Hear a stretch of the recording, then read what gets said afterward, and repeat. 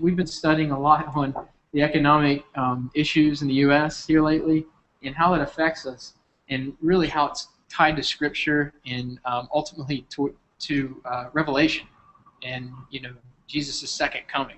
And it's kind of interesting when you see all this stuff unfold. And what Luke wanted to do was kind of start this media thing and practice, go on some online videos and mentoring, teaching sessions on subjects that we might have some sort of knowledge about. And so that's all this is. I'm a nerd. I admit that. I read a lot of books. I'm working on my third college degree just because I like to learn, and I have plans to go back and get a fourth and a fifth. But I have a lot of background in economics and finance specifically. I have a bachelor's degree in finance. I have a minor in economics. I would have got a bachelor's degree in economics, but you either got to go teach or be a stockbroker to use it. So I thought, well, why waste that? So instead I went to finance, which is a branch of economics. So if you talk to a finance guy, they typically understand the economy really well. And they're really nerdy, and they're uptight, and they're boring, and no one wants to talk to them. And I try not to be that guy. And so here's what I want to do. We'll pray here in just a second.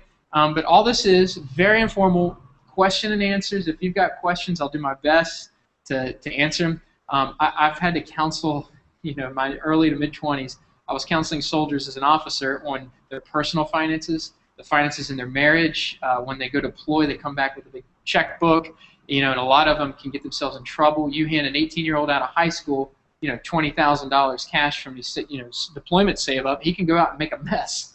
And so I was the finance officer for several units that I was in, 4 different platoons when I was an executive officer and when I was a company commander. And so I've given this talk quite a bit. And so to sit down with couples, that are 18, 19 years old, just got married right out of high school, and I'm 25, never been married, it was really difficult. And so I had to do a lot of research, read a lot of books, and eventually got a degree in finance just to help teach this stuff. So I don't know everything, but I have a pretty basic knowledge of the economy and finance. And so if you've got questions about crazy investment lingo, like the difference between stocks and bonds, credit default swaps, financial derivatives, these sorts of things, hear kind of spooky sounding words when you talk about it, liquidity, all these crazy words in finance that seem really scary, or they're not scary. In fact, I used to watch CNN, the money guy, and all those ticker things go by, and he's smashing up stuff to go sell, sell, sell, and I'm like intrigued by that stuff, and it kind of made me nervous because I didn't know what he was talking. He was like, buy, buy, buy, But things like the difference between a bull market and a bear market, a lot of people don't really know what that means. I didn't know what that means. So it can be really intimidating. But here's the end result. The end result is you are, God willing, you don't get, God doesn't take you off this planet. You're going to retire someday.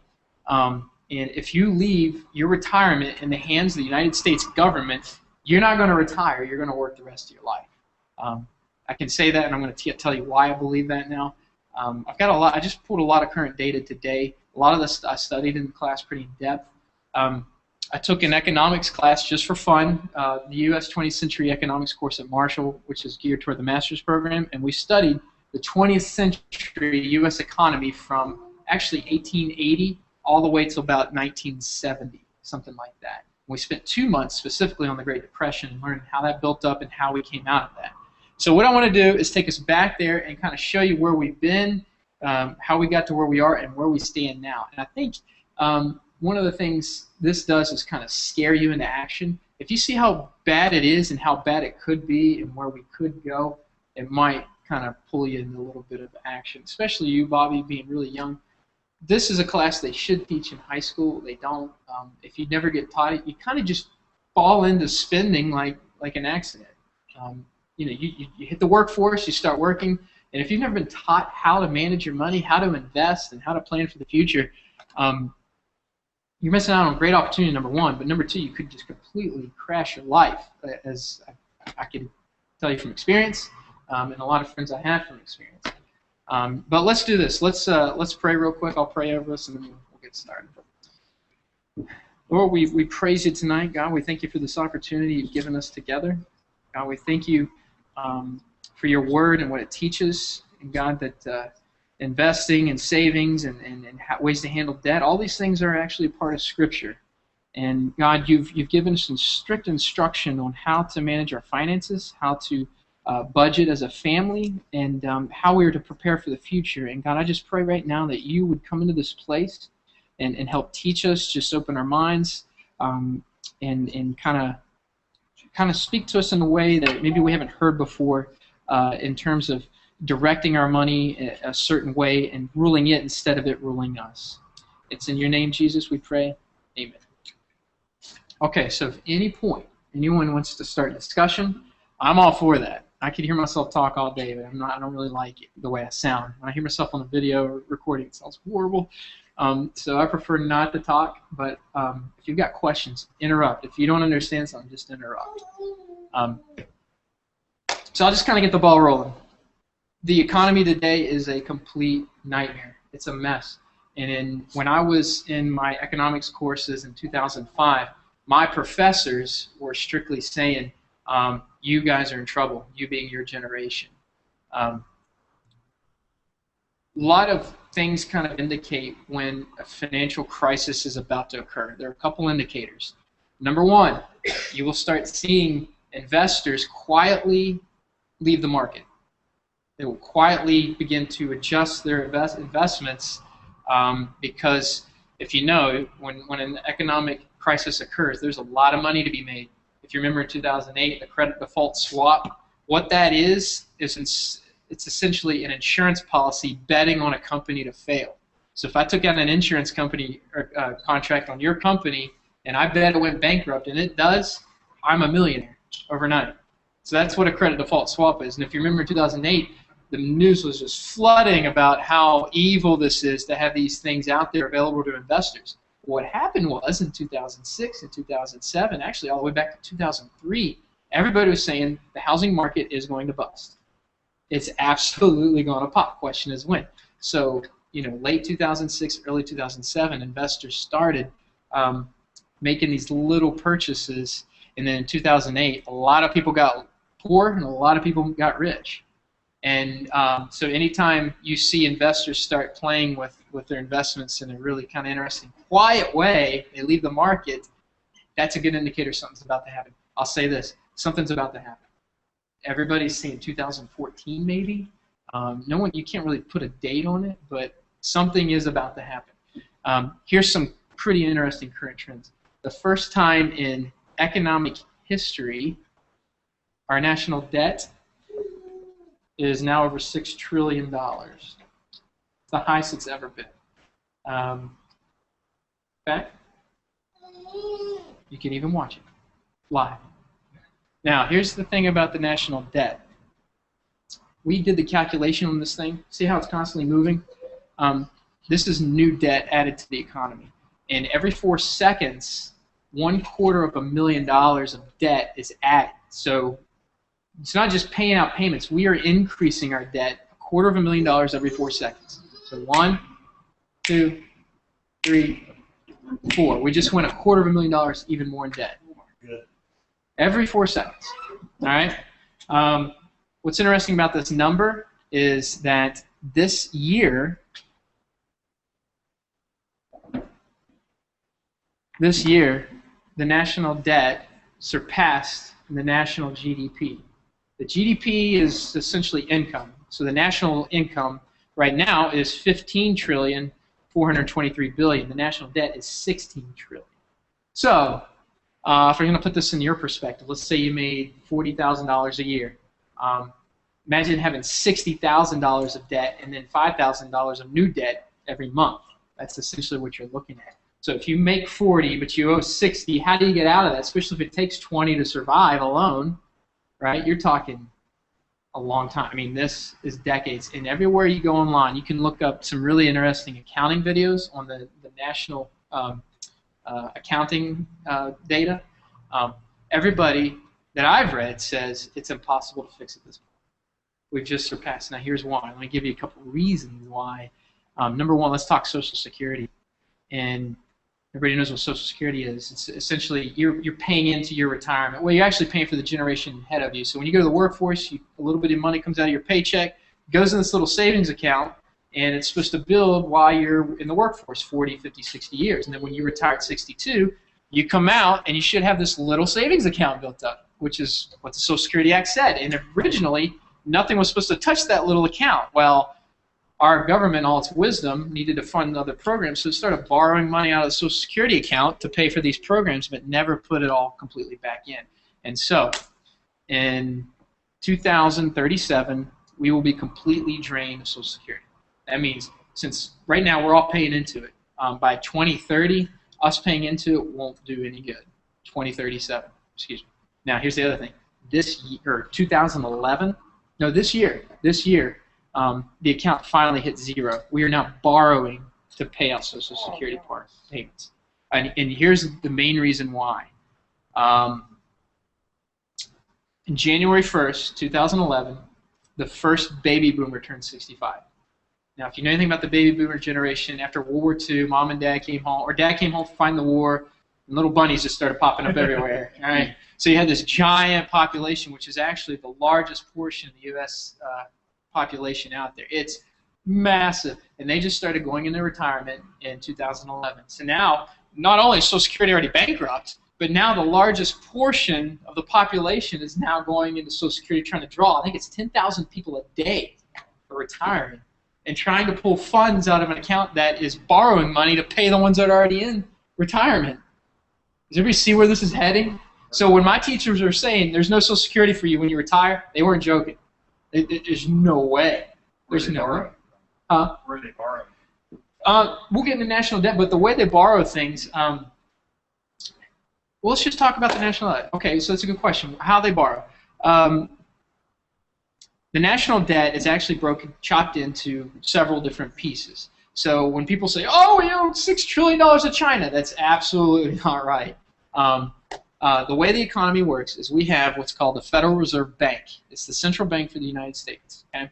The way it works is the Fed is completely separate from the United States Treasury. It makes its own decisions independent of the Treasury. It was set up that way so that politicians couldn't influence their decisions. Because then all of a sudden the president could go, oh, flood the market with money so we can expand it, which is not a healthy thing to do economically. So they wanted independence. So you've got the Treasury and you've got the Fed. The Fed instills what we call monetary policy. What it does is it adjusts interest rates. So if we want investment to expand, what do? You lower interest rates, the rate of borrowing. If you want to contract the economy, slow it down, you increase interest rates. And that's what the Fed does. It plays with that interest rates. It does it by borrowing money and then putting money into the economy. So everybody knows what supply and demand is. Okay, so if I had 5 T-shirts and everybody in here wanted these T-shirts, they were amazing. Well, there's more than 5 people here. What's the price of that T-shirt going to go? It's going to go way up. What if I had 20 T-shirts and everybody wanted one? It's going to go down because you've got a small demand for a high supply or vice versa. Everybody see how that works? Well, interest rates work the same way. When the Fed wants to increase interest rates, it's got to pull money out of the market. Money is the supply. So what it does is it purchases treasury bonds. I'm sorry, get backwards. If they want to pull money out of the money supply, they will sell treasury bonds. Okay, because if they hand the U.S. government a treasury bill, the government gives them cash. So we just pull cash out of the economy. On the flip side, if we want to lower interest rates, we want to flood the market with cash, we will sell the treasury bill back to the treasury, right? So there's an exchange. I get the bill, the treasury gets the cash. So they keep moving cash in and out of the economy. That's what creates this expansion, contraction, high, low interest rates. Is that confusing? Does that make sense? All right. So what happens is the treasury actually owes the Fed a lot of money because you're talking hundreds of billions of dollars in order to affect interest rates. You've got to pull in and out. Well, let me pull up my diagram.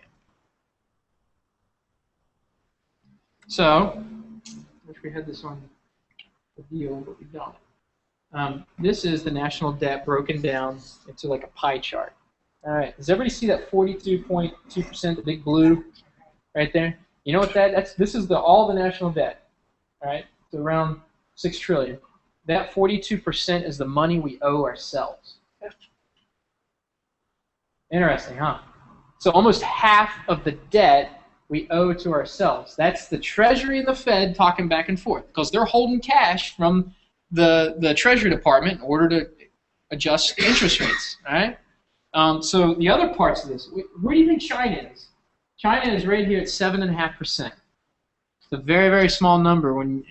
Politics can make that number sound amazing. Oh, we owe this money to China. Well, it's only 7% of the national debt. Social Security Trust is 18%. That's the second one. So our Social Security system, we owe a lot of money. Military retirement pensions, that's only 2%. So when I retire at 20 years, or anybody that's full-time, you get a pension. They pay out those pensions. It's almost like Social Security. But that's only 2% of the debt. So when you break the debt down, we actually owe more to ourselves than we owe to China. In fact, it's almost half the debt. So that's where the national debt stands. So it sounds controllable, but on the flip side, what happens is if you notice the first time in decades, our credit rating was lowered this year from a AAA to a AA status by Moody's. Right? Did anyone catch that in the news? That was a big deal. The market's tanked for a day because of that. Our credit rating, so you've got these entities that say, oh, Luke's good for a $10,000 credit card. You know, Rocky's good for a $100,000 credit card because his credit's better, right? So if you get better credit, you got a bigger credit card to have. Well, we've always had immaculate credit as an economy because we're the biggest in the world. Well, this year, these same people said, no, the U.S. is now kind of slippery. Their debt's so much, we're going to pull their credit rating down. So we're no longer eligible for the $100,000 credit card. We're only $50,000. Okay, so there's economic indicator number 2. Remember the first I told you is people pulling their money. Number 2, our credit rating was downgraded. All right.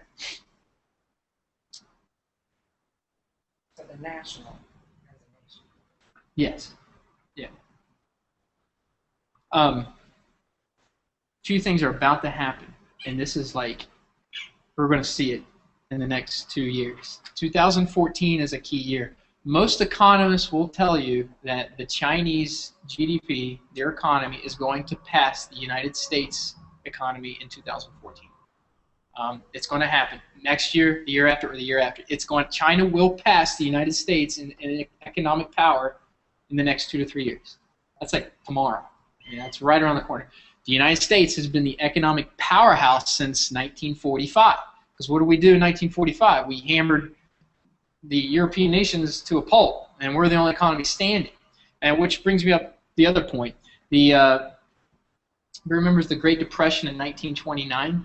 In 1929, the summer of 1929, some interesting things happened. You had guys pulling their money out of the stock market. They say never let it go to the peak, and so they started withdrawing all their funds. Guys like J.P. Morgan, Andrew Carnegie. These are really wealthy families. The Rockefellers, these guys pulled out of the markets, which also pushed it over to the edge. And so in 1929, we got the Great Depression and the economic collapse. Since then, through the 30s, it was just 10 years of just misery. We could not get out of debt. In fact, 1931 was worse than 29 in terms of bad economic policy. If you study the FDR administration, they did some silly things. Like they started doing this thing called government spending and started paying for all these programs. You can actually research this. They paid a study group several $100 million to find 100 ways to cook spinach. That was a government program in the 1930s. Right? The Hoover Dam. There's a big electrical grid in Tennessee. All these big government programs. Well, what it did, it really didn't do much good at all. We did not recover in the 30s. How did we recover? Because we went to war. We got this big, giant war engine started because we needed tanks and planes and all these other things to go fight in the European theater. And so the economy today is technically built off of the industrial military complex of the 1940s. Right? So we built this giant war-fighting machine in the United States. We built factories, we started making tanks, steel production, yada, yada, yada. And so when the war was over, our economy's booming, but we've got this giant military building economy, and that's what really pushed us into the greatest greatest nation that's ever been on the earth. We were never like that before the 40s. Now, after 1945, we became the economic powerhouse, and we have been until today, which now, like I said, China is about to pass us up. Now, why that's scary? A couple reasons. In 1945, oil was pegged to the pound, the British pound. Okay, and when we took over as the economic powerhouse, oil's pegged to the dollar now. So if you read how much oil costs, it's $80 a barrel, or $90 a barrel, or $110 a barrel, U.S. dollars per barrel. Now, if the Chinese economy starts passing us up, and there's a lot of places like North Korea, Iran, Syria, Saudi Arabia would like to have the Japanese yen or the euro pegged to the price of oil. Well, let's say it's, I don't know, let's just pick the pound. Let's say the British pound is pegged to a drum of oil. Well, if you know anything about currency exchange, our dollar is worth about 20 cents of the pound, 30 cents of the pound. So if tomorrow price of oil gets pegged to a British pound, one drum of oil is not going to be $80. It's going to be like $180 or $210 a gallon. Now, think about the repercussions of that. All right, what uses oil? Well, everything from clothing, food, groceries, anything you buy at the store has to be shipped using oil. Well, if the price of oil goes up, what do you think the price of those commodities are going to be? They're going to skyrocket. I've heard predictions of $13 a gallon of milk. I've heard, you know, I don't know, a shirt, a $20 shirt now becoming a $60 shirt. How can that happen just overnight? You repeat what I asked, like the question that I say some people. Okay, so how could that happen overnight? It wouldn't happen overnight. You would see the central banks of the world, because we've got the Federal Reserve, which is our central bank. Well, there's central banks everywhere, and they all talk. A lot of it has to do with the valuation of our currency and the other currencies. Because, right, you know, the dollar is worth more here than it is in other places. It's worth less in other places than it is here. It just depends on what the currency exchange is in that country. But there are a lot of places that would like to see a one world economy, one world global economy, one world bank, one world currency, which could absolutely be validated with Scripture, kind of pushing in that direction anyway. This is why the European Union, one of the biggest currency holders as far as nations involved with it. In fact, I think it is. I don't know any other currency that has that many countries tied to a single currency. So if you've got 60 countries all using this currency, and the U.S. is really the only one that uses the U.S. dollar, why wouldn't everybody want the euro to be pegged to, these other sorts of commodities? Everybody see how that works? So let's say that happens, that the currency, the price of oil is now pegged to a different currency. Man, that could be devastating to us. A couple interesting facts. In the year 1990, the average annual income in the United States was $39,000 a year. $39,000 in 1990. Today, in 2010, 20 years later, it's $43,000. So that's a $4,000 difference. That's a very slow increase compared to inflation rates, which should be 3% each year on average. So one thing you're seeing in the U.S. economy, another indicator number 3 or 4, wherever we are, is the separation of class. You're starting to see more wealthy people and more lower class poor incomes. The middle class is starting to get very, very skewed. Does that make sense? You're not seeing a simple separation of the three. If average incomes don't increase like they should, well, the wealthy get more wealthy and we kind of just stay where we are. There's this huge gap. Last time that happened was in 1928, just before the Great Depression. Around that time, you started seeing the separation of class, and then because of scarce income like that. So that's another indicator of an economic thing going on. And I'm not a doom and gloom guy. The thing is, I'm really not. In fact, it kind of interests me to a point, because I study all this for years and years, and now I finally get to see how it actually works, and where all the stuff my teachers told me is actually starting to unfold, that kind of thing. But I like scaring people into action. not with the Bible. I think that's a totally different subject. But with this, scaring you into action is a good thing, I think. Another thing that's supposed to happen in 2016, right around that time, we're supposed to move into what's called peak oil. Peak oil is, there's only so much oil in the ground, right? It's a natural resource that's scarce. It's going to run out. It will run out someday. Question is when. Well, we've been producing since, the early 1900s, 1902, something like that, where they found oil in Saudi Arabia. In fact, the whole Industrial Revolution is built off of fossil fuels. Without the dinosaurs dying and falling on the earth, we wouldn't have had the 20th century, all this production of welding and high-rise building and coal, oil, natural gas. This is all from dinosaur residue under the earth. Well, it's going to run out. But a lot of indicators are showing we will hit peak oil in 2016. So if this is oil production, peak oil is at the top. The only place for it to come is down. And so once you pass that threshold, that peak into our natural resources being depleted, what happens if the supply is limited but the demand's still up? Prices go through the roof. So there's a double whammy on oil. And I know oil shouldn't be a big deal, but it absolutely is a big deal. Our defense system does not operate without oil. Humvees, tanks, Bradleys, anything that moves on the ground, Paladins, all our air defense weapons in our defense department runs on diesel fuel. And that's why oil is actually a national security priority, because without it, we can't defend ourselves. And so, yeah, oil is absolutely essential. Oil is why you're sitting here safely today. It absolutely is. But it also helps us ship things back and forth across the country, across the ocean. Oil is a big deal. So it's a huge demand in the world. But once we pass that peak oil point, and demand's still pretty high, yeah, you're talking huge increases in oil price. That's coming. The reason that's coming is because there is a limited supply and it's being depleted.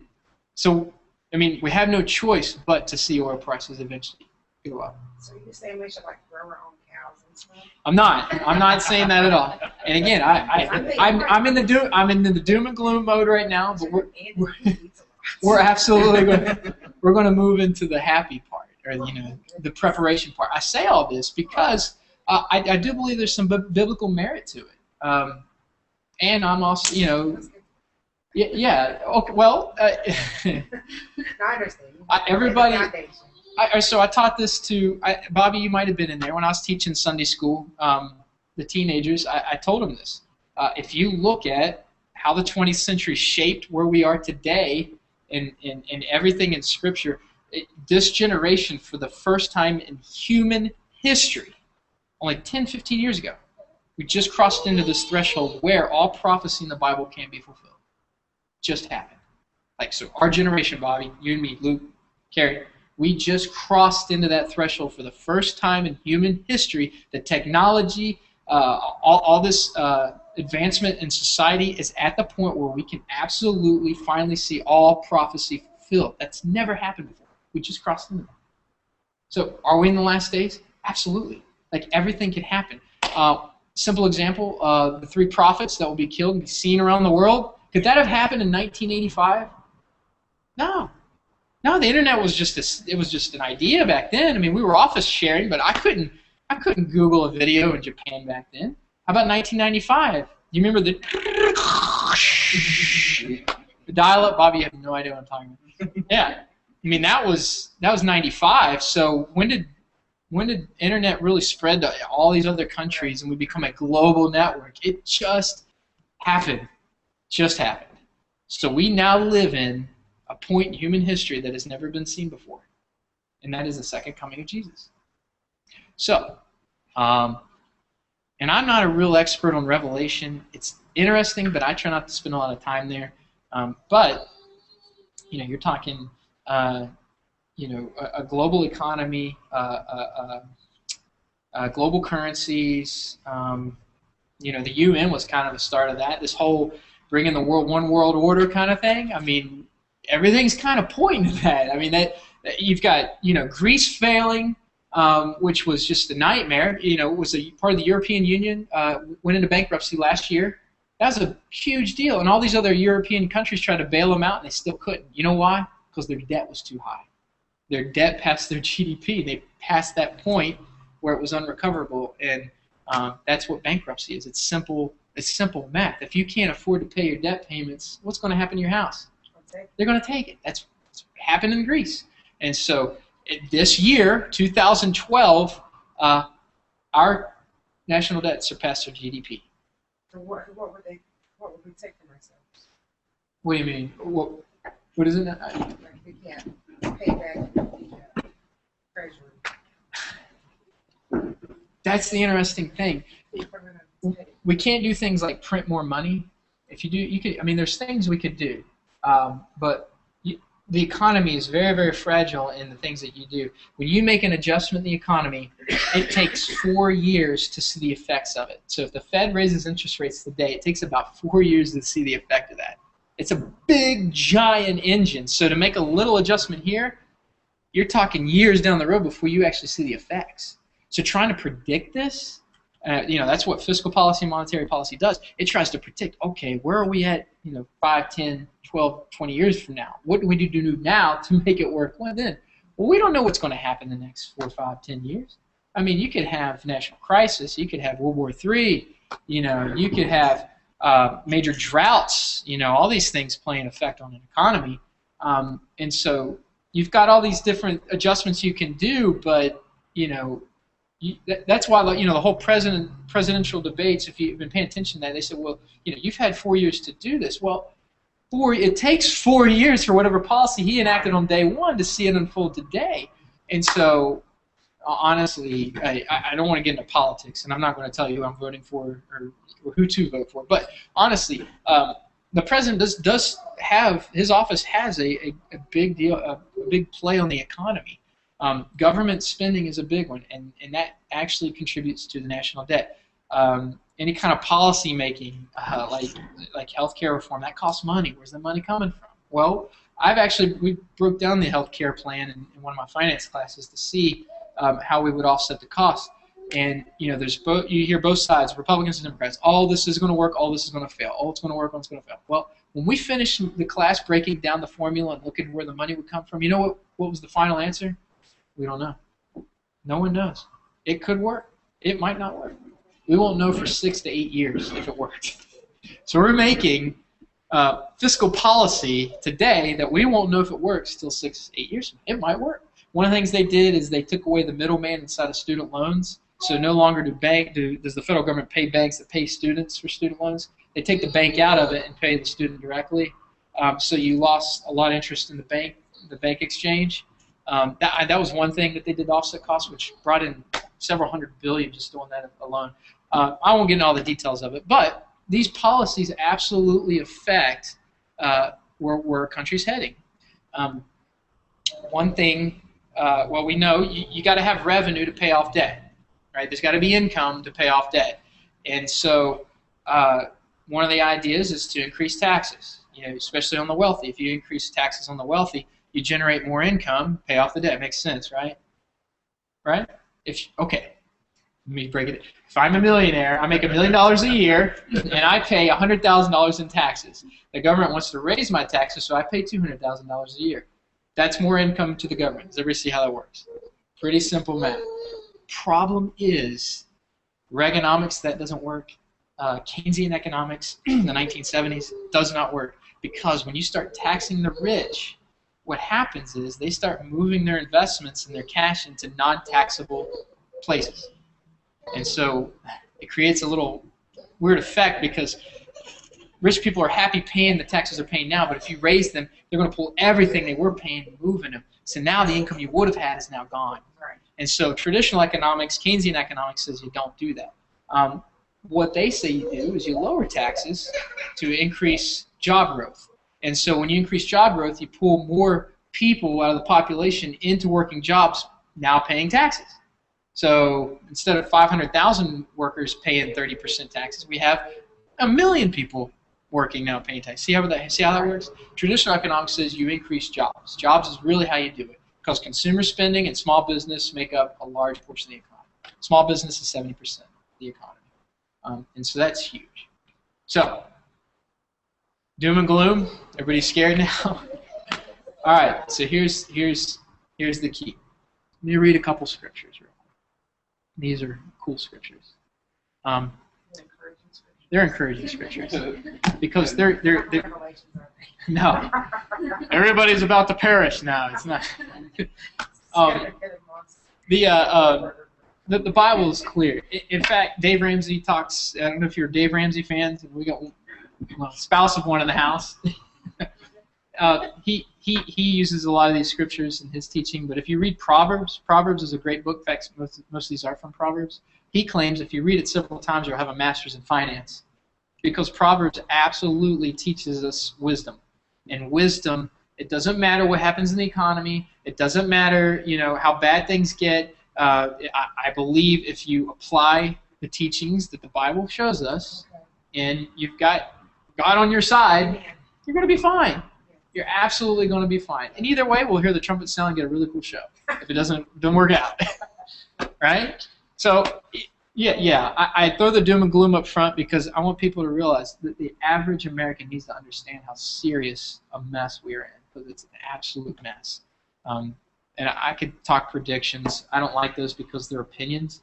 But a lot of people are a little of both. The way economics works is we try to predict the future on historic events. All right. So if things that have never happened historically are now happening, that's a good indicator something major is about to happen. So when the housing market busts in 2008, when the economy hasn't recovered since 2000, all right, so in the year 2000, the Dow Jones Industrial Average was 14 points, okay? It dropped in 2008 and has not come back. From 2000 to 2012 is the first time since the Great Depression we have not seen stocks outgrow bonds, which is a huge deal. Bonds on average have gotten 3, 4, 5, 6%. Stocks should be getting 12. They've been negative numbers. Equities have been negative numbers on an average the past 12 years.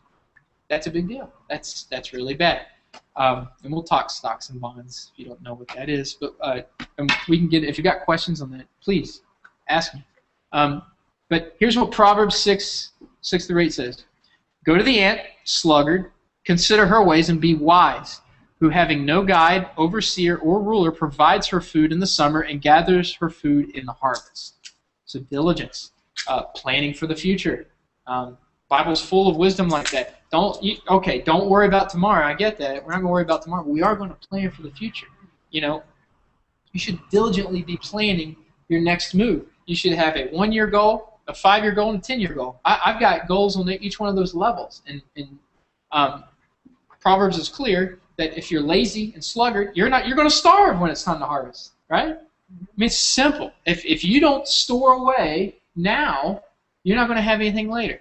Now, I don't think we need to get into this, but there is a such thing as hoarding and holding on too tight and trying to. Have you ever seen that show Hoarders? Right? They got this 2,000 square foot house, but they're walking through it like this, trying to get through all the crap. Right? Well, Bible's also very clear on giving as a way of increasing. You cannot increase unless you're willing to give. It's absolutely scripture, and we can talk tithes. James 4:17 is one of my favorite verses because it says this. And I get haunted by scriptures because when I'm about to make a decision, these things come into mind, and I'm like, I can't do that. All right? James 4:17 says this. He who knows the good he ought to do and does not do it sins. Sin. So it's not enough for you not to do the bad, but you got to do the good that you know is good. All right. So when it comes to giving, that was Jesus's major message. Give to the least of these. So I don't think we got to get into that. You got to put that out there in case you're teaching somebody or telling somebody. You can't receive anything with a clenched fist. It's got to be open. Money's got to come in and out, and not just money, blessings in and out. And the Bible's clear. It says, I will pour out a blessing which you cannot contain. Well, a blessing is not necessarily financial. Blessing could be more. But anyway, so planning for the future, planning for the harvest, this is directly tied into investing, and we'll get into that. Proverbs 21:5, the thoughts of the diligent tend only to plenty, but the thoughts of everyone who is hasty only to poverty. So there's this whole idea of getting rich quick. You asked me about a triangle pyramid scam. We can do that. Guess what? It's not going to work. Ponzi schemes, they don't work. When you really break it down, the last guy to jump into it is the guy that always loses. So if you jump on board, you're hoping you're not the last guy because you're going to lose. And we could get in. If you got questions on how that works, the triangle thing, stay away from it. Don't do that. What the scriptures just said, if you're diligent and you're deliberate and you plan, in the long term you'll be wealthy. You're going to have plenty of harvest. If you're trying to get rich quick, it ain't going to happen. So playing the lottery doesn't work. Going to the dog track and trying to get rich does not work. And I'm not saying you can't do those things or anything like that. I'm saying people who play that stuff constantly to try to make money is going to lose. And there's a reason for that. And we'll talk about risk when we get into investing. But there's a reason why the stock market works, but going to the dog track doesn't. It's simple. But more to come on that. The prudent one foresees the evil and hides himself, but the simple pass on and are punished. So again, there's no such thing as get rich quick. If anyone tells you, I've got this thing, walk away. It doesn't work. And we'll get into investing in this. But the Bible's clear. Plan for the future. Plan for your children. Plan for your family. Be responsible with that stuff. When it comes to retirement age, you want to live comfortably and happy. Enjoy your retirement. You don't want to work till the day you die. So let's talk investing, because that's essentially what this is about. Income is really only part of the equation. A lot of people think, well, I've only had more money. If I only made more money, I don't make enough money. All right. If a person who can't manage $40,000 a year well, he cannot manage $400,000 a year well. It's not going to matter the income. And I know everybody, well, give me a shot. No, it's true. It's absolutely true. Let me tell you a story. I redeployed from Iraq, and if the thing, when you deploy to a country, you get tax-free income. So every dollar I took in was tax-free. That's true. Yes. Didn't have to pay any taxes. Oh, and there's a really cool 10% free investment thing. Did you know about that for military? Oh, I got to get with you later. 10% tax-free on whatever you put in this account while you're deployed. So if you put $10,000 in, they just give you a $1,000 check just for having it there. Tax-free. All right, so when you deploy, the government tries to compensate your sacrifice, being away from your friends and family, for 6 months, a year, 15 months. It's hard. I'm a single guy, and it was hard. I couldn't imagine being married and having children. It would be absolutely difficult. So what the government does is, well, you don't have to pay taxes on this. And we're going to give you family separation pay, and we're going to give you hazard duty pay. I mean, it's a lot of money. So you've got this kid, all right, because most of the Army, without being disrespectful, but it's just true, a lot of kids can't get into college, don't want to go to college, but don't want to go work the workforce. So hey, I'll join the Army.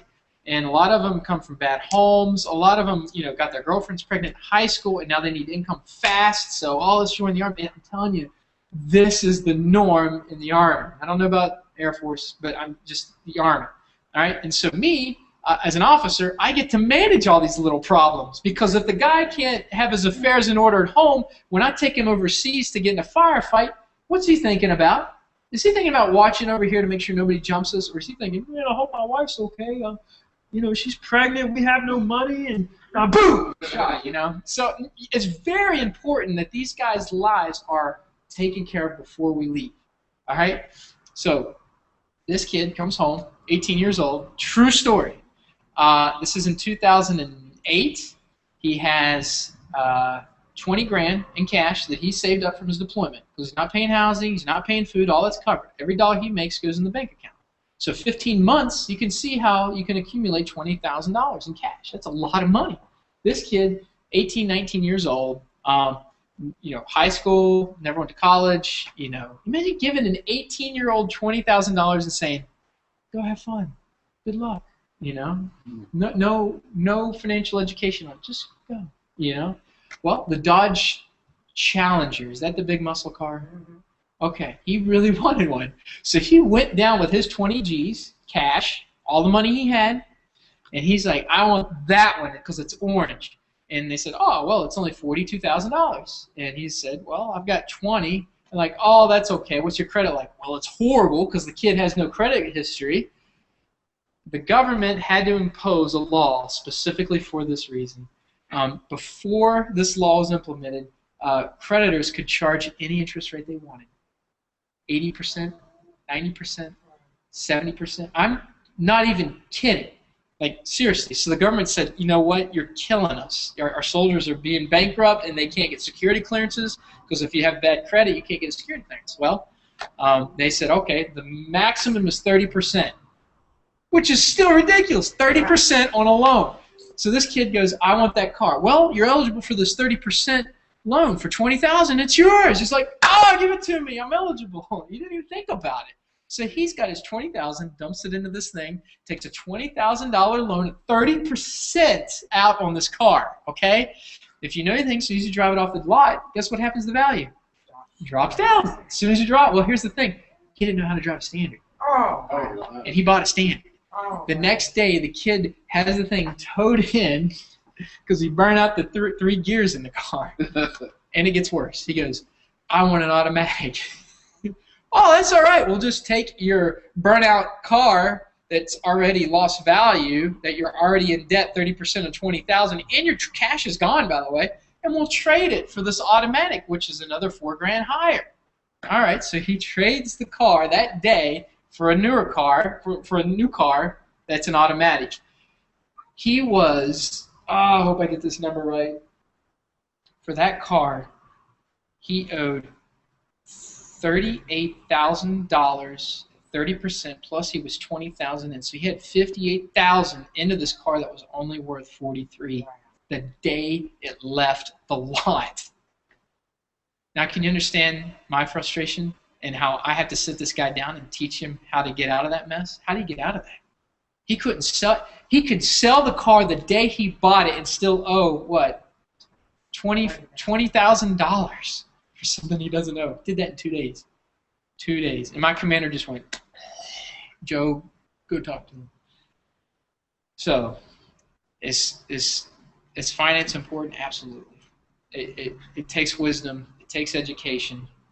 It really does. And I know because we're seasoned people. We've been in the workforce for years. We've got it all together. We know what we're doing. Just give me the money. I'll figure it out. Well, this kid tried to. Now, I know nobody is going to do that. And I don't want to insult anybody's intelligence or your knowledge of things.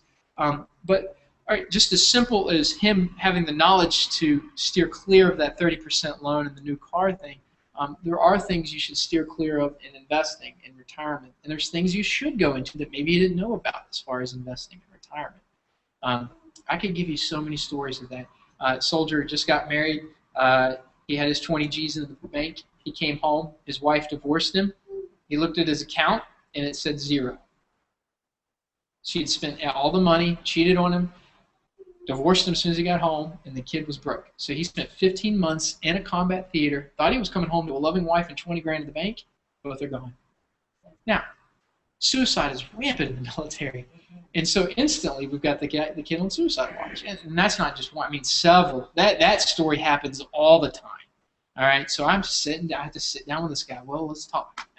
Had another soldier couldn't pay his cell phone bill, threatening to shut it off, and so he wanted to apply for an emergency relief fund, which is a loan that the Army offers to soldiers in trouble. It's like $8,000 max at a very low interest rates to help them get on their feet. And I sat him down in my office. I'm like, all right, talk to me. Well, I got this cell phone bill. What are the bills? I got this credit card. Okay, what else? That's it. That's it? Well, where's your $1,500 a month going? Well, there's this credit card too, and this credit card, and this outstanding student loan, and this bank, blah, blah, blah, blah, blah. Just keeps addition them out. You start peeling back the onion. Yeah. It's like, okay, now I know why your $1,500 can't pay for $2,000 worth of bills every month. All right? So he owed $2,000 a month in expenses, but only made $1,500 in money. Where's he heading?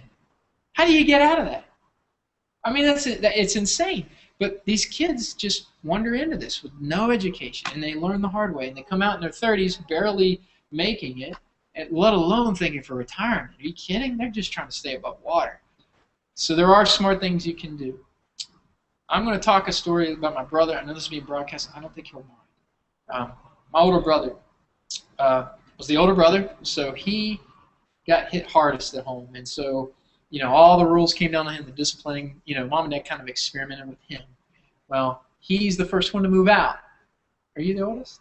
You're the oldest. You know what I'm talking about. I'm the middle, so I get to watch and go, don't do that, do that. Watch him pay, and I learned from it. Well, my brother moved out, met a girl, got into some major financial trouble.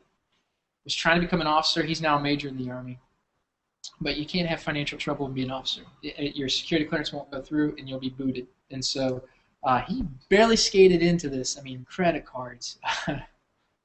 He did a lot of things just to get by. But there were nights he's told me, he's like, Joe, I could either pay the rent or I could have eaten. Those are my choices. And he got himself in a big mess. And for years, while he's in the Army, as an officer, you make pretty good money, but he still couldn't get above water. Well, he's my big brother, and it's hard for me to explain things like this to my family, but he's like, I know you do finance, show me some stuff. I'm like, okay. So I sat down, gave him basically the same talk. Hey, this is where we're heading. You need to prepare yourself. Get out of debt, debt-free, completely debt-free. Start parking your money into some investments, slowly building your nest egg. I talked to him on the phone a couple days ago. He's debt-free, and he's 33. He's 2 years older than I am. He's 33. He has $130,000 in his retirement fund already saved up at age 33. And he just started like 6-7 years ago. All right? He went from almost bankrupt, almost didn't get a security clearance, thousands and thousands of dollars of credit card in debt, jewelry, clothes, you name it, barely swimming. And then we sat down and chatted, and now he's on his way to becoming a millionaire in his 40s. In his 40s, late 40s, he will hit that $1 million mark because he's doing exactly what I taught him. It's no magic. Everyone in this room, doesn't matter your age, doesn't matter your starting point, have the potential to gain a nest egg and retire comfortably when it's time to go. I plan to retire in my early 50s. I don't want to wait till my 60s. I'm not waiting for Social Security because it's not going to be there anyway, so I got nothing to look for in my 60s. So I started investing 24 years old, so 7-8 years I've been investing for that while. I got a degree in it because I kind of wanted to learn myself how this works. But there's a phenomenon in finance. How many wonders of the world are there? Seven? Okay, there's an eighth wonder of the world that everybody talks about. The economists, the finance guys, the insurance salesmen. The eighth wonder of the world is this: compound interest. Compound interest is phenomenal.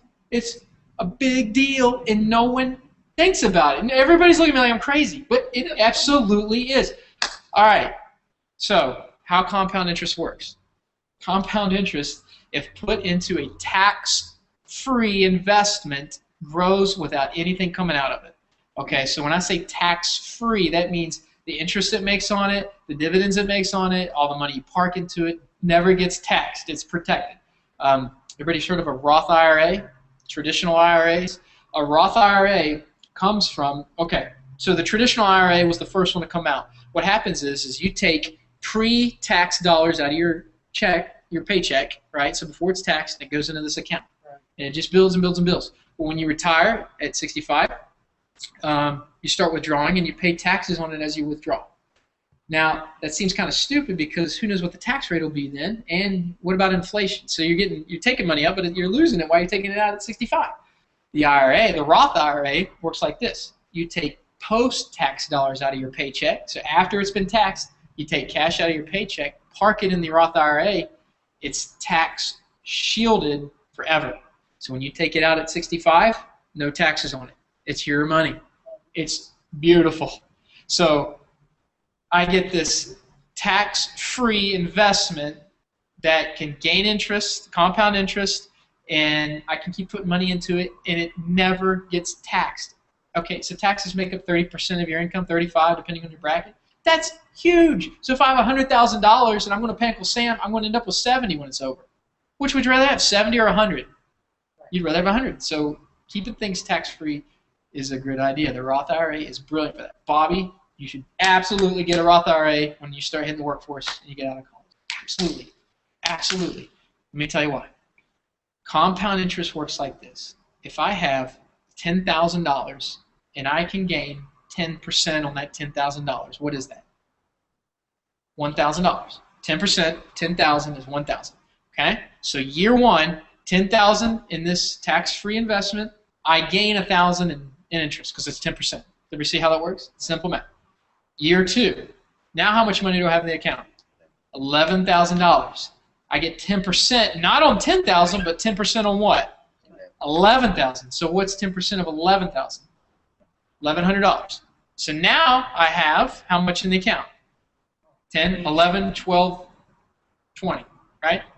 See how that's working? I get interest on the interest for the year before. That's compound interest. Did everybody see how that works? Okay, so you do this. You look confused. If you got any questions, you track what I'm saying?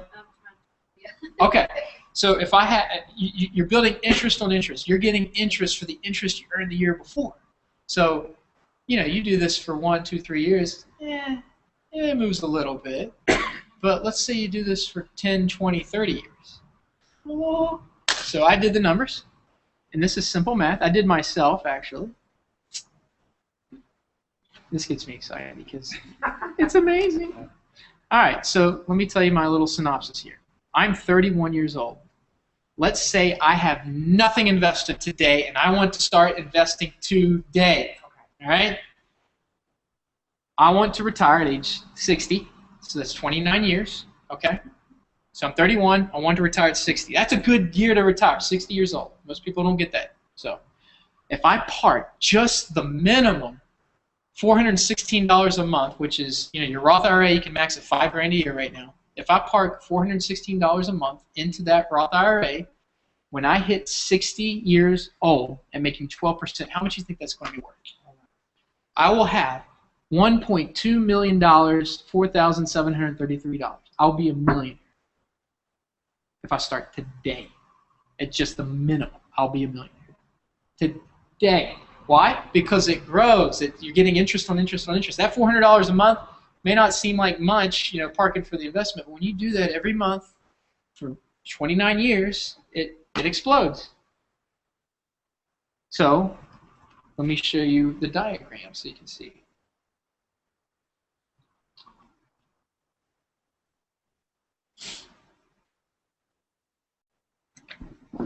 I'm going to walk away from the camera, but nobody panic.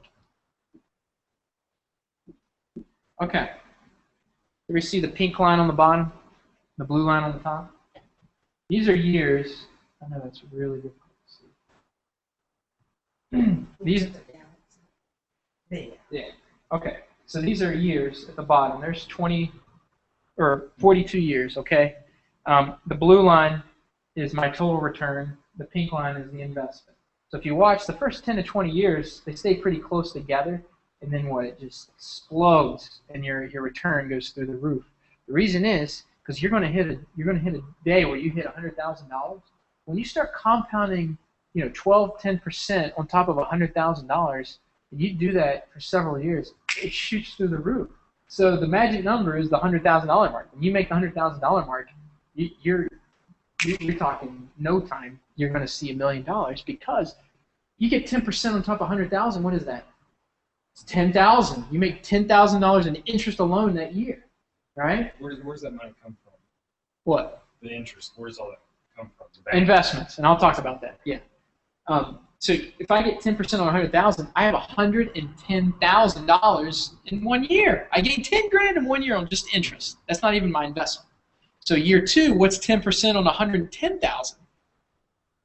Yeah. 100 or 25,000, right? 25, 10% on 10. I'm sorry. Yeah. Okay. So I'm getting interest on top of that $10,000 the next year, and then another $10,000 the next year, and then another $10,000 next year. And so when you pass the $100,000 mark, your investment just skyrockets. So that's why, in finance, we always talk about that mark. Dave Ramsey talks about one of his things. You pass that mark, you just see the thing explode. I mean, you're talking just a matter of a few years. You're a millionaire. An average guy, a millionaire. Now, did we do this overnight? Did we do this playing the stock market overnight? Did we do this on the dog track? No. It's long-term, diligent planning and investing. That's what it is. So everybody in this room, regardless of your age, have the ability to get that kind of wealth built for you and your family by the time you retire. It's absolutely possible. Now check this out. Let's say I meet future Mrs. Polly. All right? She's out there somewhere. I'll find her eventually. Let's say she's 28 years old. Well, I can not only do a Roth IRA on myself, I can also do one on my spouse. So if the both of us are parking this minimum $400 a month investment into our Roth IRAs, guess how much we collectively have when we go to retire? Yeah. $2.9 million. So $3 million for me and my spouse. Where were you like 4 or 5 years ago? Well, this is just me. Now let's talk Bobby. Bobby, how old are you? 16. Okay, let's pretend that you got a job today and you could actually max out your Roth IRA starting today. All right? How old would you want to retire at? Well, let's just say 60. We'll say 60. If you do the minimum investment, this is the only investment. You can do multiple. This is one. This is your Roth IRA alone, which you should do. If you invest the minimum $416 a month starting today, when you're 60 years old, you'll have $7 million. I know, you guys think I'm crazy. It's compound interest because guess what? She's got more time, right? I'm 31. She's half my age. Well, 15 years of compounding, would just make her investment go through the roof. Now, let's go back to me. What's the maximum? The Roth is $5,000 a year, so $416 a month will max your Roth. But there are other investments out there. Let's say, and here's the rule of thumb: if you want to be wealthy, if you want to retire comfortably, 10% of your annual income should be invested in retirement. If you want to be wealthy, 15%. If you want to be super rich, 20% of your income. That sounds like a lot, 20% of your income, and it is. But some people, like single people, like you are, that's doable. If you don't have children and a family, start early. If kids get out of college. Huh? I was going to say, $460 a month.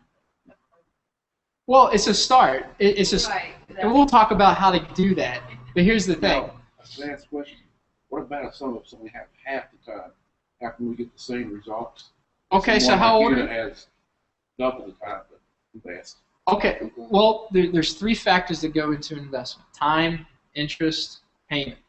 So if you're low on time, you need to boost the interest to boost the payment, right? There's the only 3. That's the only 3 things. So when people want to talk to you about like scam things, there's no way to miss that formula. You've got to have time, interest, and payment. There's the only 3 things that go in that formula. How old are you, Rob? 45. Rocky's 45. Let's say you want to retire at 65. That gives you 20 years to invest.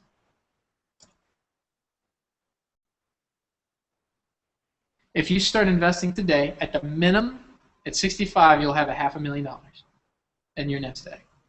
Let's say you because you're a single guy and you can work and you've got no family to support yet, like me, you can probably give a little bit more than that. Well, we're going to increase the payment now because we can't increase the time, right? Or you can increase the interest. This is the bare minimum 12. I'll tell you, I've gotten 22% on my return before. There are people out there who get 23, 24%. At the minimum, you want 12. But let's say we can get you 15. We got you 15%, and we increase your payment to say, the minimum plus half of that, so $600. I think that's the hardest part right there. What's that? Is coming up with. We'll talk about how to do that. I know that sounds difficult.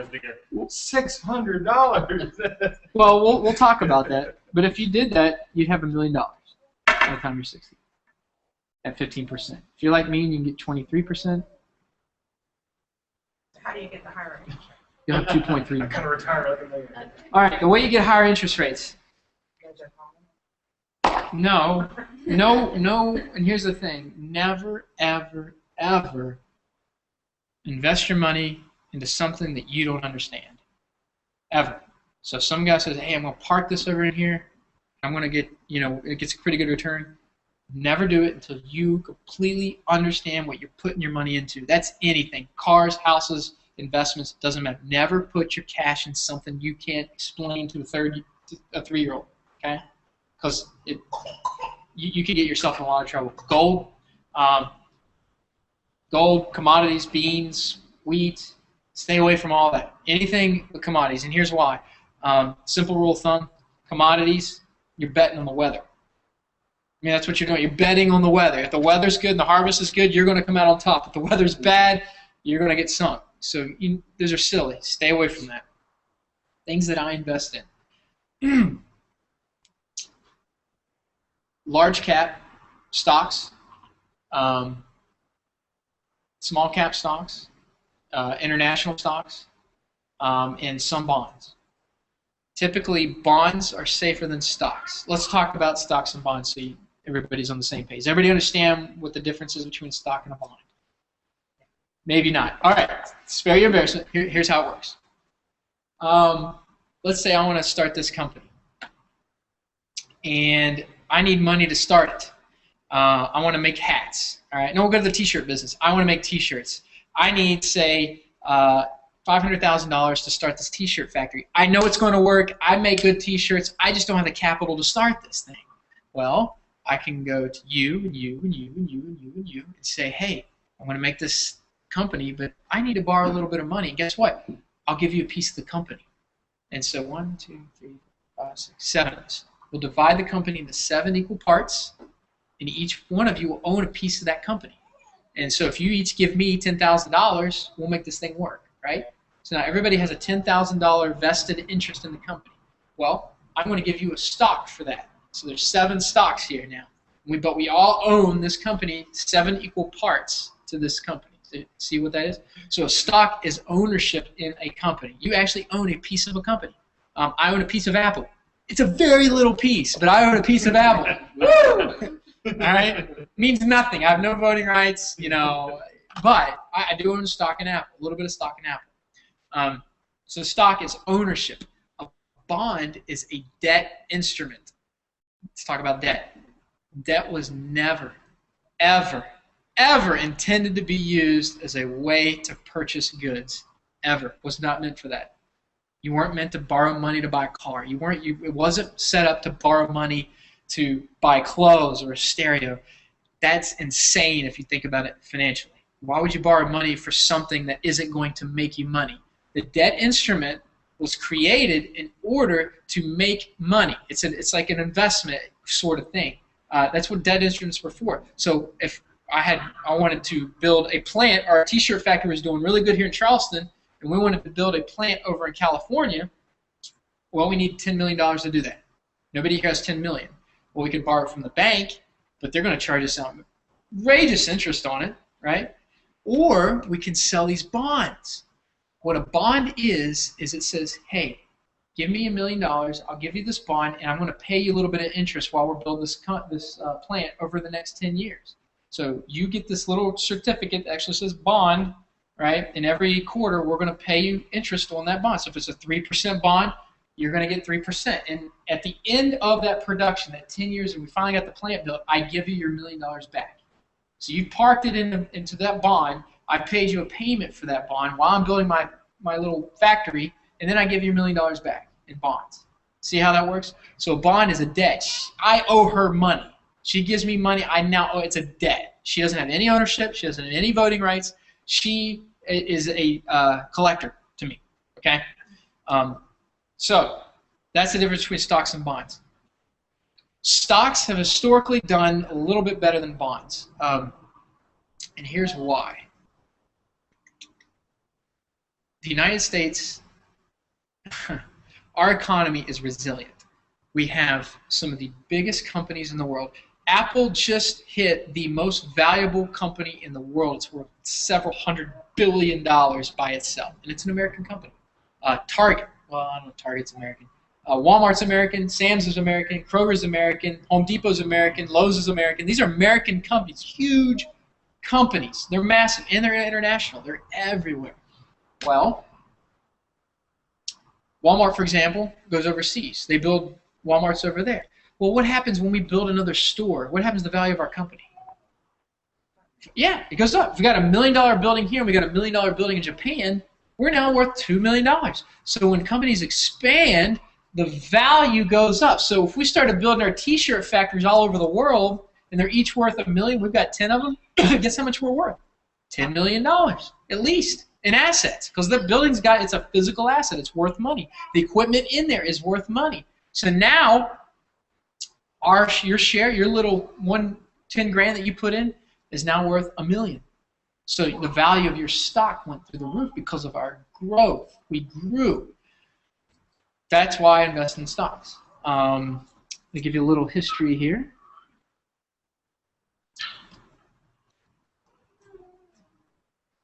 The stock market has outperformed equities for quite some time. Yeah, here we go. Man, I wish you guys could see this. I'm just kidding. Okay, so you've got several categories of investments. You've got small company stocks. So when we talk small company, think anything under, say, 3,000 employees. No, I think it's 1,000 employees is a small company. Anything over 3,000 is a large company. Apple is obviously a big company. It employs a lot of people.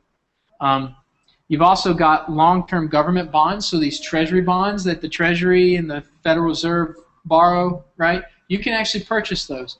And the thing is, the federal government has never defaulted on a bond, ever. And so that thing is worth whatever they tell you it's worth. So if something can default, it has more risk, right? Does everybody understand how risk works? Okay, if I have a bond, and you ever heard of junk bonds? You ever heard of a junk bond? A junk bond is a very risky bond. It's from a company that no one's ever heard of. They've got this great plan that's probably not going to work, and they want to sell you a bond to build it. That's a risky investment because, I mean, they're nobody. But now if Apple wants to sell me a bond, how likely are they to default on a bond? Not very. They're the largest valued company in the world. The United States is the same way. Our treasury bonds have never defaulted. So we've never said, I don't have the money to pay you, I'm sorry. The government's never done that. They've always had the cash to do it. Always, always, always, always. So treasury bonds are always a safe investment. And in fact, most things are geared off of treasury bonds as an indicator.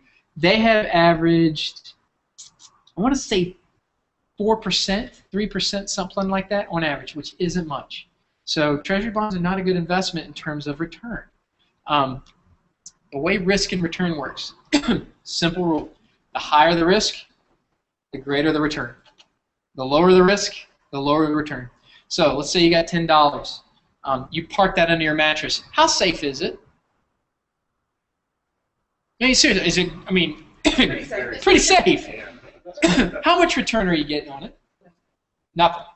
Nothing. Okay. Let's say you take your $10 and you park it into a savings account. How safe is it? It's pretty safe. It's not going to... Okay. Yeah.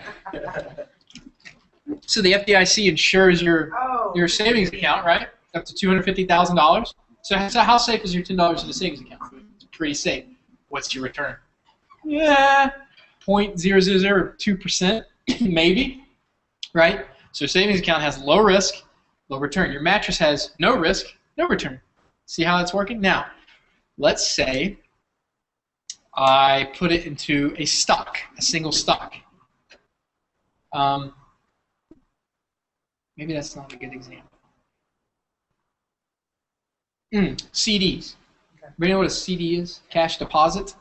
Certificate of deposit.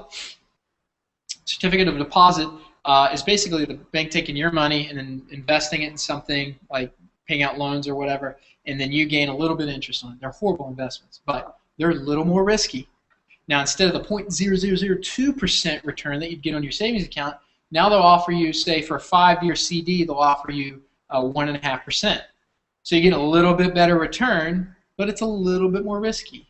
Okay, so the mattress was no risk, but no return. Savings account was a little bit of risk, very little return. A CD is a little bit more risk and a little bit more return. Does everybody see how that ratio works? Risk to return.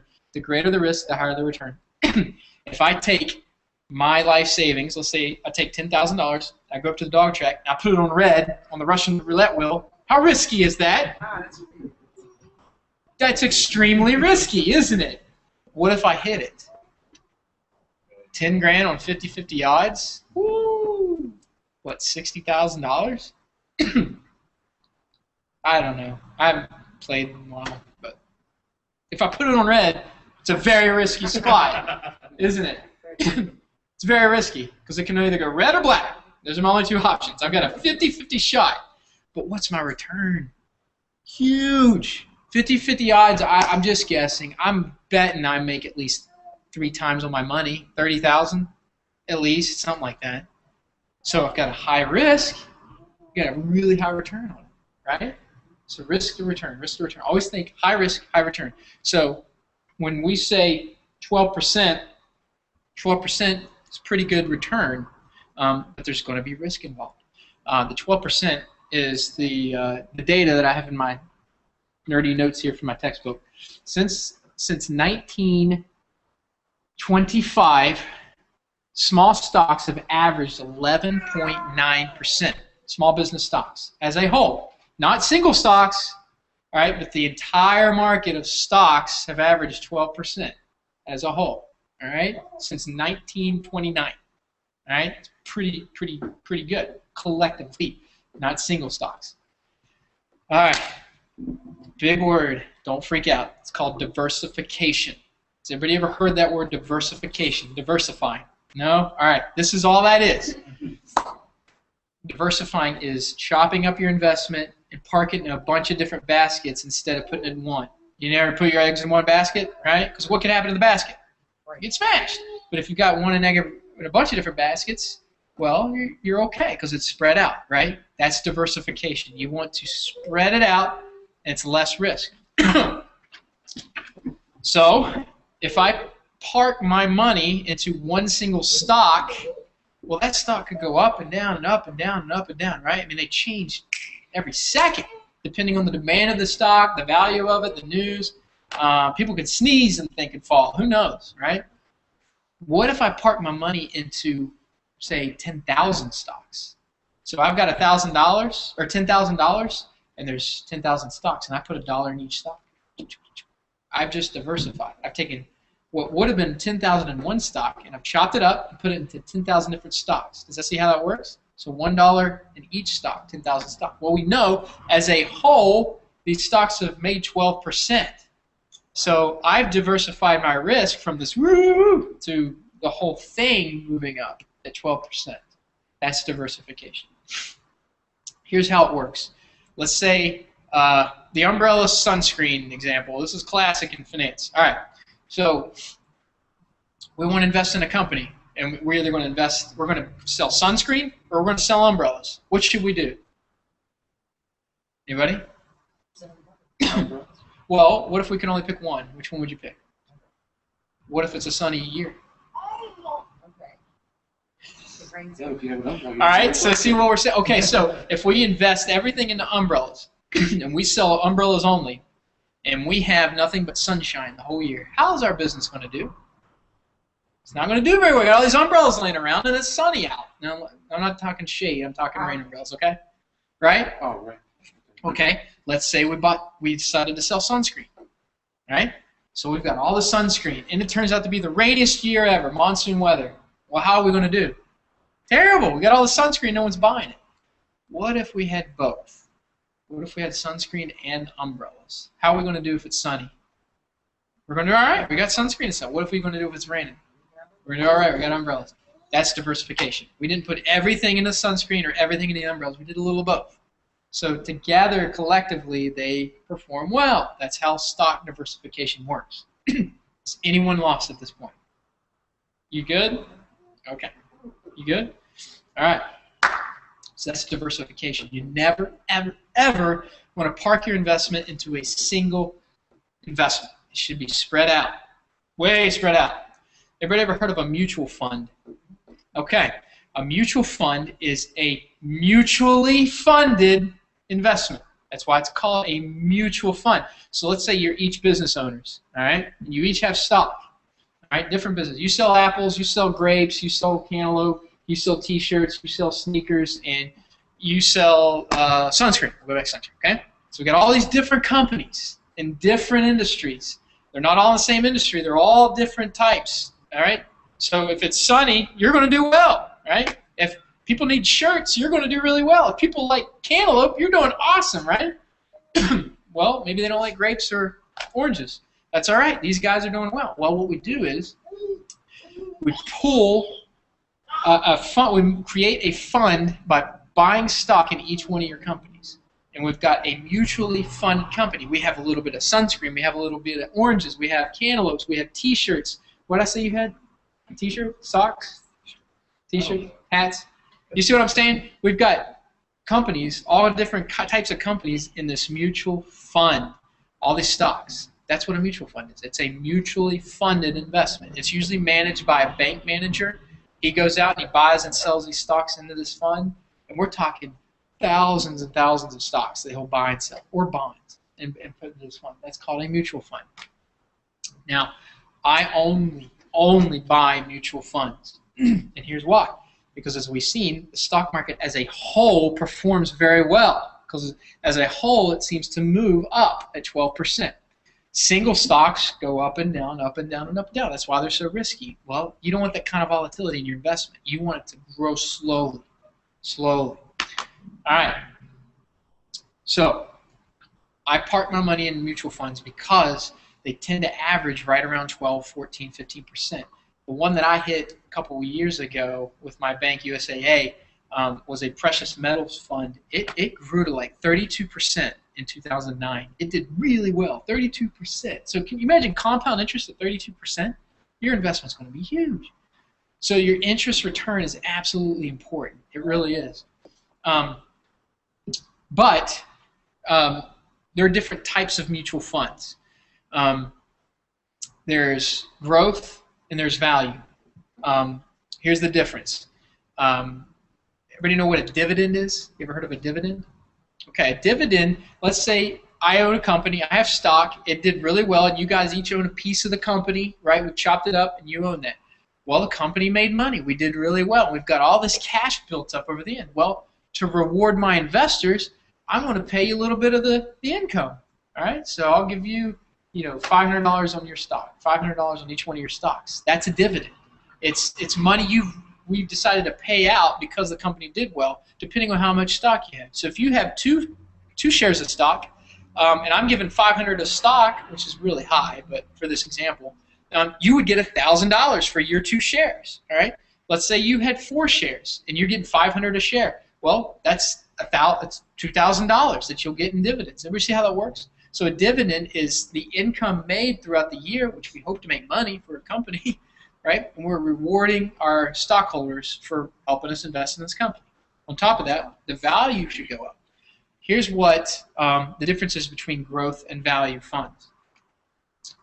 If you had your money parked in an investment and you got a dividend, you could either A, take it out and spend it, or B, reinvest it back into it, right? Okay? So what companies do, sometimes they don't pay dividends. Sometimes instead of paying out the dividend, they take it and they invest it into more plants. Well, what happens when we build more plants?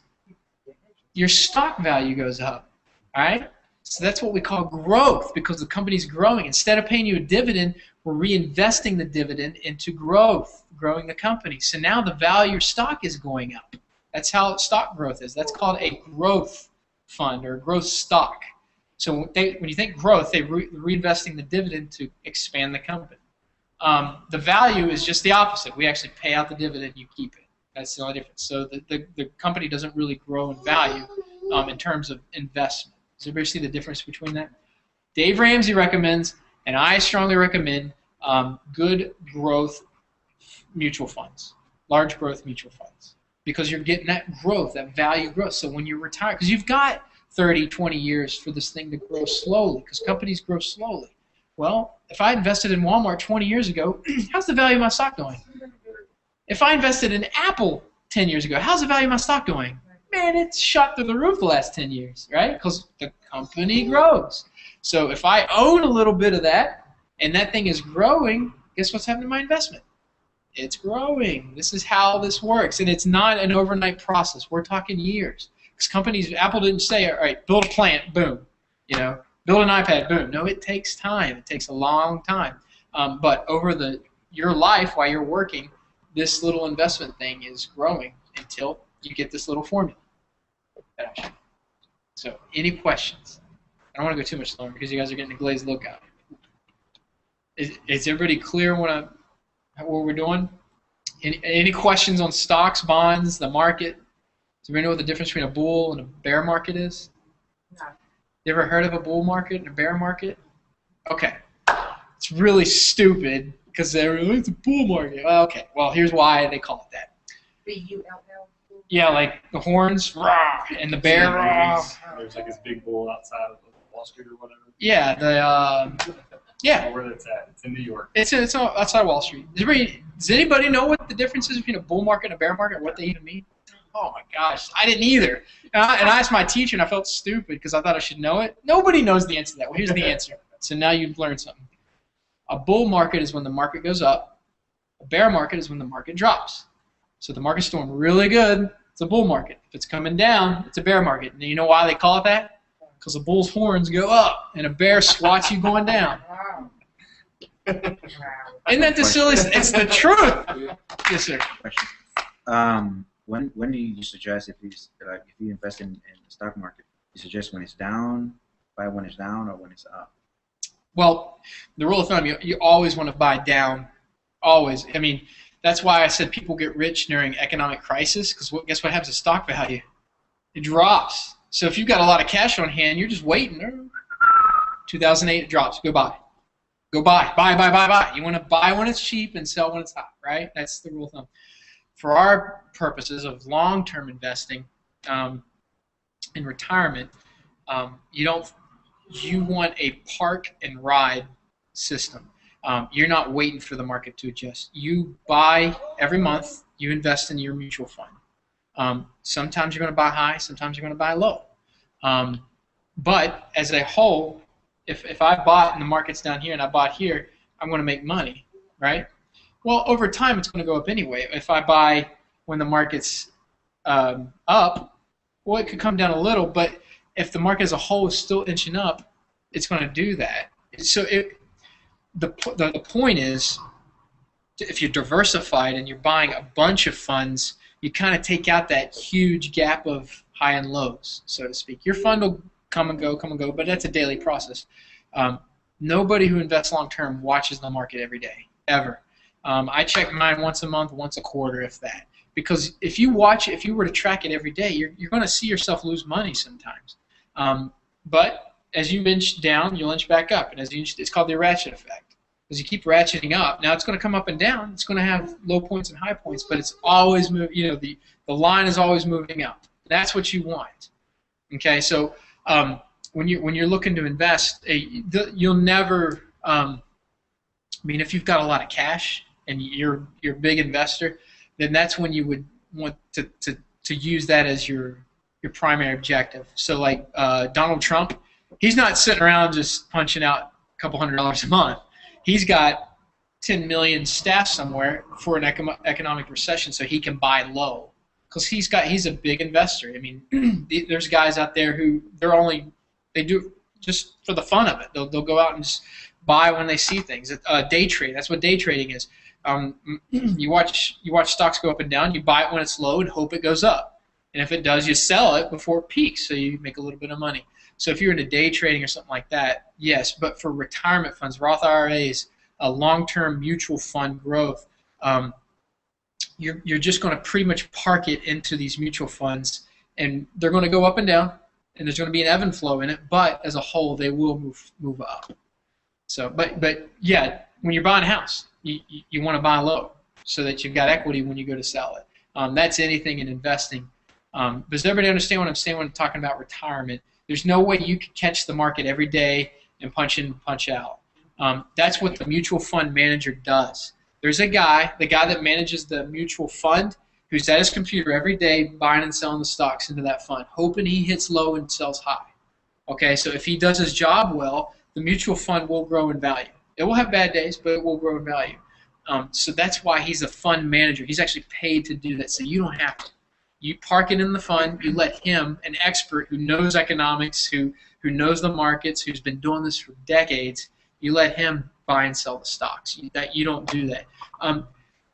If I need transmission work done on my car, where would I go? Could I take it to you, Bobby? All right. Could I take it to you, Rocky? All right. Could I do it? Absolutely not. I don't know anything about cars. All right. Where would I take it to?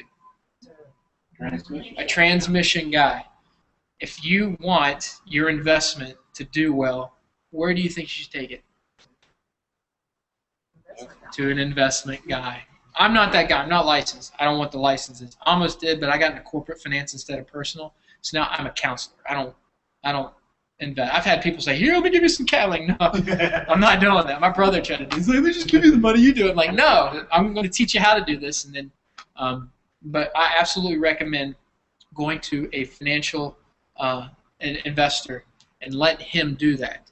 But again, you should never give your money to somebody if you don't know what they're doing. And so this is kind of what this class is all about, is teaching you what they're doing. You don't want to just say, "Hey, good luck with my money, my life, my family's future. Good luck. I hope you do. I trust you. I just met you yesterday and you seem like a salesman, but good luck." No, you should know exactly what's going on. And Dave Ramsey, this guy, has a website. If you need to find because he's a Christian financial advisor, financial counselor. He uses Christian techniques, a lot of stuff I've shown you. He's very much against debt, which the Bible tells us that the debtor is slave to the lender. All right, it's like having a ball and chain around your foot. You don't have to raise your hand, but I've been in bad debt, and I've been debt-free, and I can tell you, being debt-free is definitely the way to live. You don't owe anybody anything. You don't owe anything on your car. You don't owe anything on credit cards. If you own everything, you don't owe anybody any money. Man, that's freedom. You owe nobody nothing. It's your money. You get to push it where you want. He teaches, and I absolutely teach, to get out of debt. Get out of debt. Stay out of debt. To overcome these financial, you don't have to be an economist to know this. We're going to go through economic turmoil. It's going to come. It's absolutely going to come. I don't know whoever the next president is, if it's the one we have. I think whoever it is fixes things. They think they can fix things, great. But that's not what the indicators are showing. They're absolutely showing financial crisis coming up worldwide because it's a global economy. So what happens in Greece affects us. What happens to us affects Japan, that kind of thing. And to weather the storm, because in our generation, probably going to see $10 a gallon gas prices, because if it's running out and there's only 100 years supply left of it, probably going to see that someday. Maybe not tomorrow, but there's only so much oil in the earth, and it's almost at the halfway used up point. All right, we're about to pass that. Just remember in your mind when we hit 2014, 2016, and you start seeing some things. We could be completely wrong. I mean, the economists are just predicting. Chinese economy will pass us in 2014 is one of the predictions. Peak oil will happen in 2016. Okay, so mark those 2 years in your mind. It might happen, might not, but they're talking some major events about to unfold. So how do you overcome this? Well, when companies go bankrupt, who's the first one to get paid? Debtors. Anybody who owes anybody money gets paid first, not the stockholders, the people that they owe money to. So the banks get their cut. When they liquidate a company, something goes bankrupt, they sell off the assets, they pay off the debtors first, right? So same thing happens in a nasty economy. You want to be debt-free because they can come after you. I mean, you owe them this money, and you're already hurting to pay your bills, and now the economy's worse, and you're even in a harder predicament. I mean, how are you going to keep paying debtors and survive? You see what I'm saying? You want to be debt-free. My goal, everybody's goal, should be to pay off the car, pay off the credit cards, pay off the student loans, get all that paid off. It's not easy, and that's a whole other class that we need to do. But there actually is a way to do it smart. It's called the snowball effect. But you should think that getting out of debt, absolutely, because this country's in debt. It's in major debt. It can only do that for so long. I mean, I showed you the data. We can only stay afloat for so long. It's so bad. It's so bad. I get into the economic theory behind it, and it would terrify you, but it would take 10 hours to explain, and you'd all be asleep when I'm done. But it's absolutely scary, the stuff that we're talking about that's coming down the road for us if we don't get it cleaned up. And so a large portion of this national debt is consumer debt. I think the average, last time I checked this, the average net worth of an American family was like negative. Net worth of the Yeah, of the average American family is a negative net worth. That means they owe more than they own. Sell off your assets, pay off the debtors, they still owe money, that kind of thing. All right? So it is. And this isn't like, oh, we've seen this before, we'll overcome. No, this has never happened before. This has never happened. We've never been in this kind of debt trouble before. So I recommend getting out of debt, which is a biblical principle. Not that it's sinful, it's just not healthy. It's not a healthy living. And then investing for the future and doing these smart things. And we can go into detail later if you've got questions. I'm hoping this isn't the only time we'll do this because there's so many avenues. We haven't even talked about insurance. We haven't even talked about purchasing. Purchasing is a big way to get that $400 a month that you can invest, and I can prove it to you. People say I dress really nice and I have nice stuff. I will tell you I do not, nor have I ever paid full retail price for anything I own in the past 5 years. Ever. Never. Clearance rack, clearance rack, clearance rack. Some of the stuff, Gabe's. I'm not kidding. So even purchasing can be done well. And you can still look nice and have nice things. My car, I drive a Cadillac CTS. I bought it at 29 years old. Cadillac CTS, oh my gosh. Never thought I'd own one. I paid $4,000 for it. $4,000 for that car. Now I know, you guys are looking at me like I'm crazy. I don't pay retail. I will not buy a brand new car. That's bad idea. Bad idea. And I'm sorry for those who just bought Volvos. I'm just saying. I could take you. I wish we had more. I don't want to go too late. It's already getting late. We need to wrap it up. But I could show you with my financial calculator how buying a brand new car is a horrible idea. Horrible idea. And, you know, these gimmicks, I mean, we should do more classes. Yeah. Okay, so real quick, remember the 0% interest on buying a new car? You're going to give me free money. It's absolutely a marketing technique. And it's not accurate. And everyone in here, including myself, believed it at one point.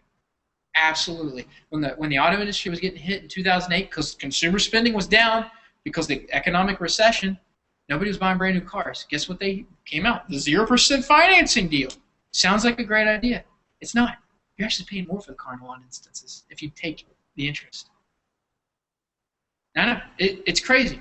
These are marketing techniques that work on every one of us that sound good but absolutely don't work. I was with a banker and he told me, he showed this guy, if you would just take the 3% interest, you'd save money than the 0% interest. You'd save like $4,000 on a car. The 0% on anything, furniture, clothing, credit cards, cars is a scam. I hate saying a scam. It's a marketing technique, but it is a scam because banks lend money to people. How do they make money? They lending it, all right? So they're going to lend the money to the car company who's going to then just give it to you for free. How are they going to make money? If they're borrowing the money, bank's not eating the interest. They're not eating the interest. I wonder who's eating the interest. Must be built in the price of the vehicle somehow, and it absolutely is. My friend Aaron Underwood is a finance manager down in Tates Valley. I brought this to him like, this sounds crazy, but let me show it to you. He starts smiling. I get people all the time with that one. It's absolutely a marketing technique. It is not free money. There's no such thing as free money. It just doesn't work. But anyway, I hope this was informative. I hope it scared you a little bit into action. Bobby, you got a great future to look forward to. But honestly, just wrapping it up, good Christian principles do work being diligent, slow, not overnight, get rich quick stuff, diligent investment. And I'm not saying go out in your professional investing now, but hopefully this interests you. Poke some, searching, research, go check this stuff out, look up mutual funds. Yeah, like I said, there's so many classes I could give. The purchasing one is a great one. Shows you how to save a lot of cash on purchasing items so you can invest and that kind of thing. But if you ever have any questions, I'm always available. Everything I do is confidential, and I'd be glad to help you out. But yeah, hopefully we'll get to do it again.